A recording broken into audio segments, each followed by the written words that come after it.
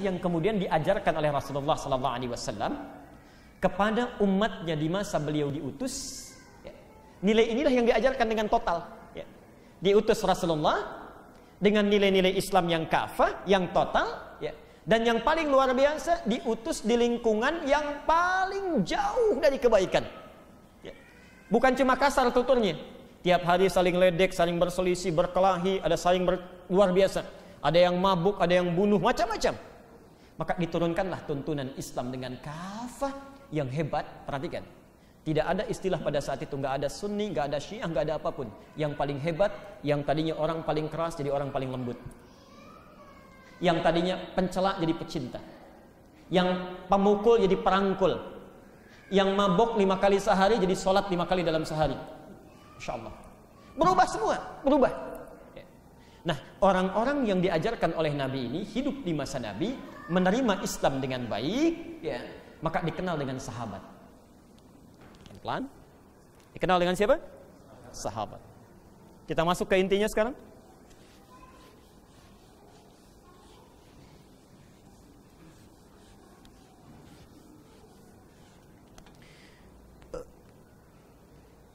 Jadi ketika Nabi membawa din Islam berisi silmi, diajarkan di masa beliau kepada orang-orang terbaik, sehingga menjadi generasi emas di masanya dan setelahnya, dikenal dengan sahabat. Syarat seseorang disebut sahabat, perhatikan kita masuk ke intinya. Syarat seseorang disebut sahabat setidaknya memiliki 3 syarat utama. Keluar dari syarat ini, gugur sifat sahabatnya. 1, hidup di masa Nabi.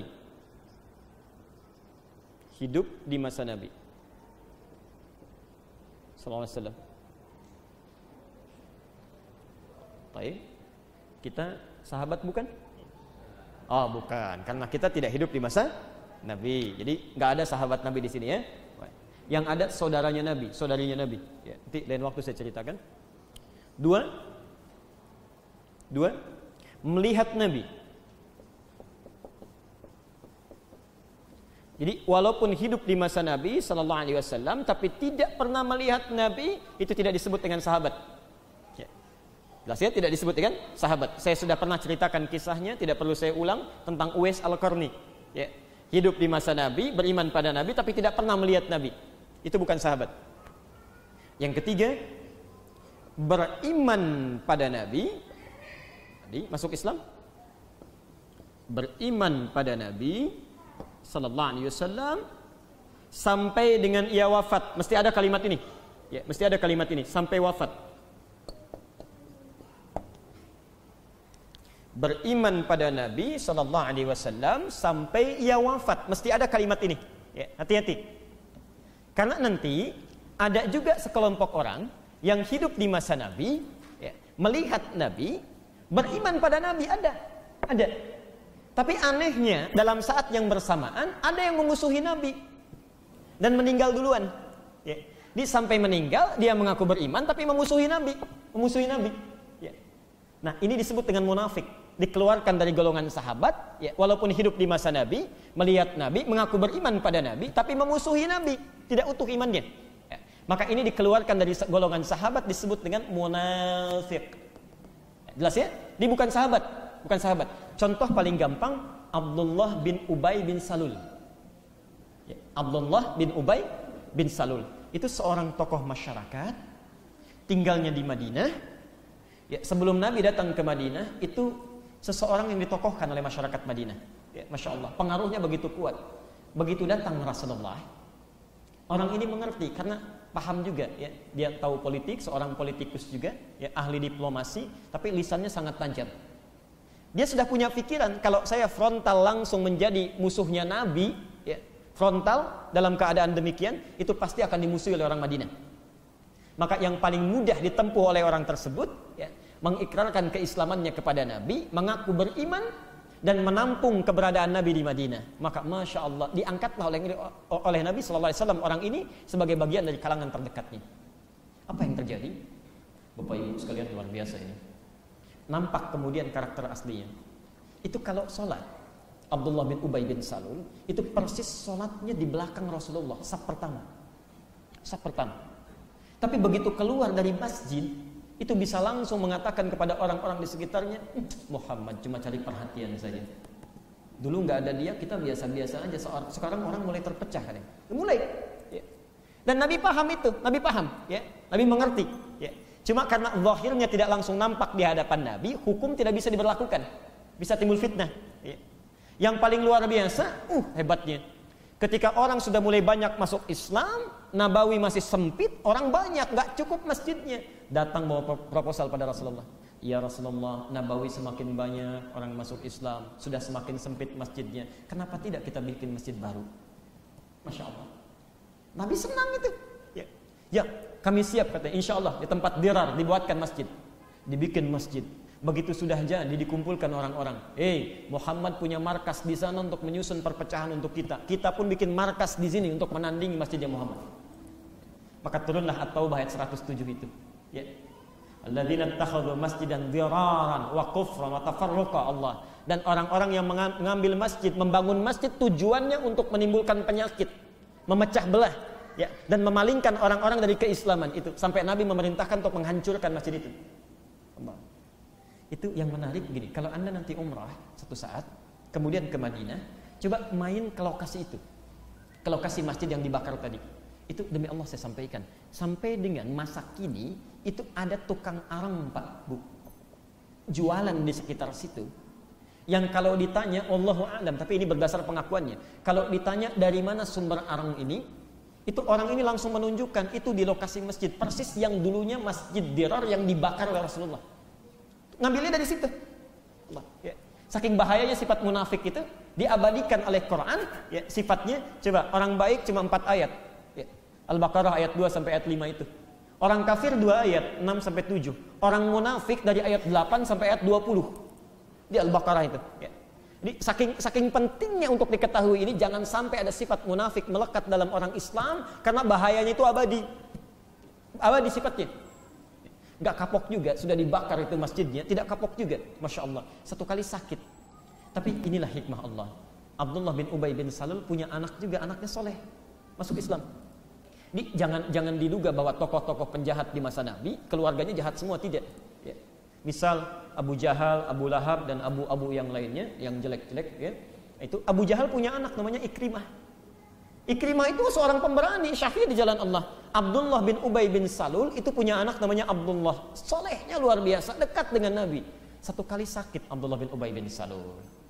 Kata anaknya datang pada Rasulullah, ya Rasulullah, mohon doakan ayahanda sedang sakit. Kata Nabi, ya berikan obat ini. Dikasih oleh Nabi. Ya, Masya Allah. Begitu disampaikan, kata anaknya, ya abati hadad dawa, pa, ini obat. Mimman, dari siapa? Min Rasulillah sallallahu alaihi wasallam, dari Rasulullah sallallahu alaihi wasallam. Kata Abdullah bin Ubay bin Salul, diambil obatnya, diludahi oleh beliau, dilemparkan. Dasar Muhammad katanya, cari perhatian saja. Tapi yang paling menarik, saat mau sakaratnya, itu minta kepada Nabi dan sahabat berkumpul. Perhatikan. Sekitaran langsung mengatakan pada Rasulullah, ya, kepada anaknya dihadapkannya, nah, tolong sampaikan pada baginda Rasulullah agar papa bisa mengenakan jubah terluar Nabi, supaya wafat mengenakan jubah Nabi. Itu Umar saking gregetannya langsung menghunus pedangnya begini, ya Rasulullah, izinkan saya untuk memisahkan kepala dengan badannya, katanya. Umar, perhatikan jawaban Nabi, ya Umar, la, tidak ya Umar, kafa bil jubah, cukup, kafa bil jalabiyah, cukup dengan jubah saja. Ya. Kata Nabi, cuma jubah saja kok, cuma jubah saja. Nah, kalimat Nabi cuma jubah saja di sini menunjukkan kesan bahwa yang melekat pada Nabi itu tidak ada yang istimewa. Sepanjang tidak disertai dengan kebaikan-kebaikan yang Nabi niatkan di situ, tidak ada yang istimewa. Ya. Jadi kalau baju Nabi aja disebut oleh Nabi cuma jubah saja, maka bagaimana dengan jubah orang biasa, bukan Nabi, ya? Minuman orang biasa, bukan Nabi, maka tidak ada faedahnya, kecuali faedah dunia saja. Ya, jubah menutupi aurat, menghilangkan dingin, ya. Minuman menghilangkan haus, jadi tidak ada yang istimewa. Dipakaikan kemudian oleh beliau, meninggal dalam keadaan mengenakan jubahnya Rasulullah SAW. Itulah Abdullah bin Ubay bin Salul, hidupnya begitu menyusahkan, matinya sangat kolokan. Ini Abdullah bin Ubay bin Salul.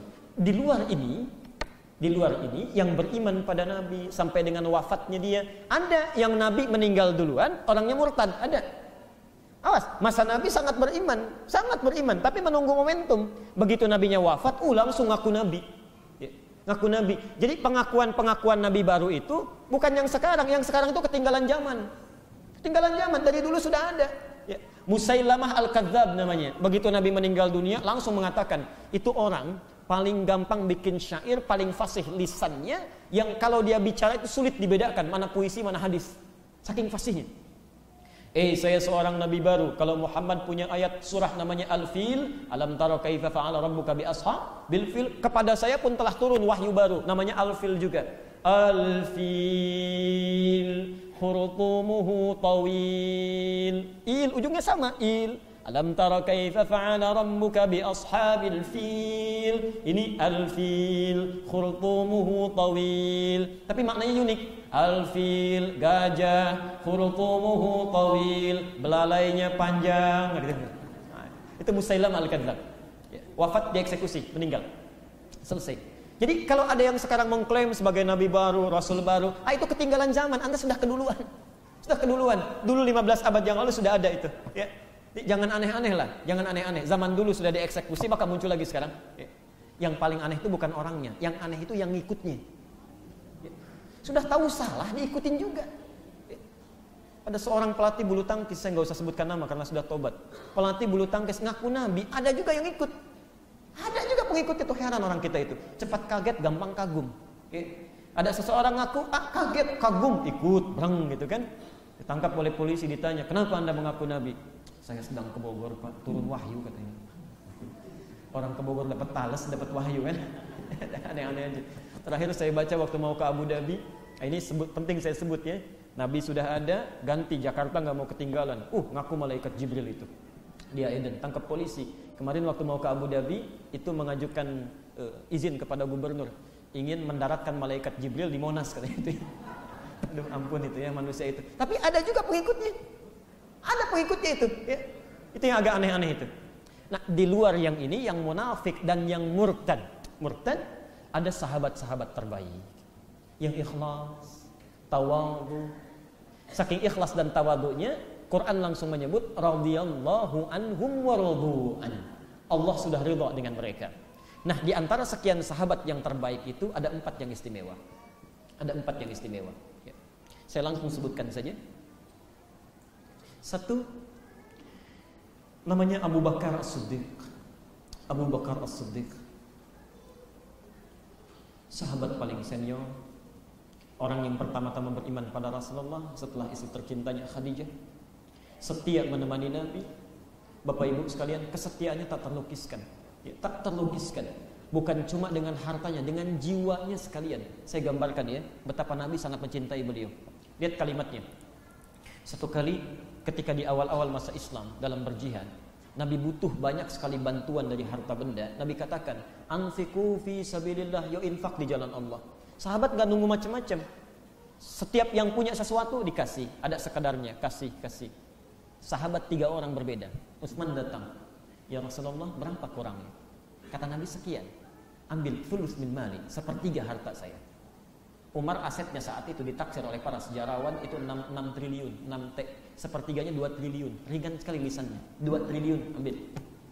Makanya Allah ganti itu. Hartanya sampai sekarang itu punya tabungan di Bank Saudi, saya pernah ceritakan. Ya. Sampai saat ini Utsman bin Affan. Ya. Tapi luar biasa tersebar berita, Utsman Masya Allah ringan sekali lisannya, 1/3 katanya hartanya. Kedengaran oleh Umar bin Khattab. Maka Umar datang menyampaikan, ya Rasulullah, mengklarifikasi, apakah benar Utsman 1/3? Bala, saya setengah hartanya. Setengahnya harta Umar tidak sebanding dengan 1/3-nya harta Utsman. Tapi poinnya setengah dari yang dimiliki. Setengah dari yang dimiliki. Perhatikan, Abu Bakar begitu mendengar kisah tadi, tanpa pengumuman, tanpa rame-rame, menyelinap sedikit-sedikit ke belakang Rasulullah, membisikkan kalimat, ya Rasulullah, saya semua harta saya. Enggak didengar orang. Saya semua harta saya. Nabi menegaskan, wa madza tarakta li ahlik? Kamu tinggalkan apa untuk keluargamu? Allah wa rasulahu. Saya sudah titipkan mereka untuk mendekat kepada Allah dan Rasulnya. Saya tinggalkan Allah dan Rasulnya. Dipeluk oleh Rasulullah, digenggam tangannya. Nabi yang mengumumkan langsung pada para sahabat, Abu Bakar akhi faman adzahu faqad adzani. Ini Abu Bakar ini saudara saya. Saudara saya. Akhi itu saudara sebapak. Ya. Akhi itu saudara sebapak. Ya, untuk bahasa kiasannya. Ini saudara saking dekatnya, seakan-akan kalau saya punya bapak mungkin ini satu sama nih dengan saya. Saking dekatnya. Bahasa kiasan. Abu Bakar saudara saya. Faman adzahu, siapa yang menyakiti Abu Bakar, mencelanya, mengejeknya, menyudutkannya, faqad adzani, dia sungguh telah menyakiti saya. Tidak sampai situ. Allah, begitu tiba masa yang sangat menentukan, Nabi akan berhijrah. Akan berhijrah. Mudah bagi Nabi memilih yang paling kuat. Umar, yuk sama-sama hijrah ke Madinah. Gak akan ada yang berani deketin Nabi. Umar yang dampingin. Umar itu saya gambarkan Bu ya, Pak. Mau hijrah, orang lain sembunyi-sembunyi, Umar tidak. Kasih pengumuman langsung di Jabal Qubais. Jabal Qubais itu yang sekarang ada istana raja itu, ya, yang paling tinggi samping menara Zamzam. Itu Jabal Qubais. Naik ke situ mengatakan dengan lantangnya, saya sekarang mau hijrah. Ya, siapa yang mau menghalangi saya silahkan, halangi saya di jalan. Tapi sebelum menghalangi saya pamit dulu pada ibunya, karena dia akan pulang tanpa nama katanya. Itu Umar. Ya. Mudah bagi Nabi pilih Umar, mudah. Atau yang muda yang paling kuat Ali bin Abi Thalib, gampang. Masya Allah. Atau Utsman yang banyak kendaraannya. Tapi ternyata Nabi memilih Abu Bakar. Apa hikmahnya? Perhatikan. Ketika keluar di perjalanan Abu Bakar ini, saking sayangnya dengan Nabi, Allah, itu lari ke depan. Tiba-tiba sesaat lari ke belakang. Tiba-tiba ke samping kanan, ke kiri. Kata Nabi, "Madza fa'alt?" Apa yang kamu lakukan? Kata orang ini, "Ya Rasulullah, saya takut kalau tiba-tiba panah datang dari depan, biarkan saya yang kena duluan. Saya khawatir ke belakang, takut tombak datang menerjang, biarkan saya yang jadi tameng duluan." Nabi terharu jalan dia. Begitu sampai ke Gua Thur, orang taunya cuma singgah di Gua Thur. Tidak. Itu Abu Bakar melempar dulu batu, dimasukkan ke dalam gua. Kata Nabi, "Madza fa'alt?" Apa yang kamu lakukan? Kata Abu Bakar, perhatikan, saya khawatir ada binatang buas di sana, biar saya lempar dulu untuk memastikan. Begitu tidak ada respon dari dalam, tidak ada gemercik, tidak ada apapun, itu sebelum masuk oleh Abu Bakar ditahan dulu, "Ya Rasulullah, kalla, jangan dulu." Tangannya dimasukkan oleh beliau. "Saya akan uji dulu, kalau sekiranya memang ada binatang yang diam tertidur, tangan saya masuk biar tangan saya digigit duluan." Abu Bakar. Sampai dalam gua pun orang yang paling sedih sampai menangis itu Abu Bakar, sampai turun itu wahyu. Turun saking khawatirnya. "Ya Rasulullah, kalau mereka menengok sedikit saja ke bawah, Anda akan celaka." Jadi yang dipikirkan bukan dirinya, Rasulullah yang dipikirkan. Ya. Ini beliau sedang nggak mikirkan dirinya. Sampai turun ayat, "La tahzan innallaha ma'ana." Ingatlah kisah dua orang yang sedang berada di dalam gua. Yang satu khawatir luar biasa. Katakan Muhammad, jangan sedih, jangan nangis. Hazina itu bukan cuma sedih, hazina itu sampai ada keluar air mata. Ya. Kalau meraung-raung namanya baka, yabki. Jadi kalau anak nangis ya, sampai merengek, itu yabki namanya. Tapi kalau Anda bersedih sampai meneteskan air mata, saking dijaganya, itu hazina namanya. Ini Quran ingin melukiskan orang ini saking sedihnya bisa saja merengek, cuma karena takut terdengar musuh ditahan oleh beliau sampai keluar air matanya. Kata Nabi, "Kamu jangan nangis, Allah bersama kita, sudah jaga."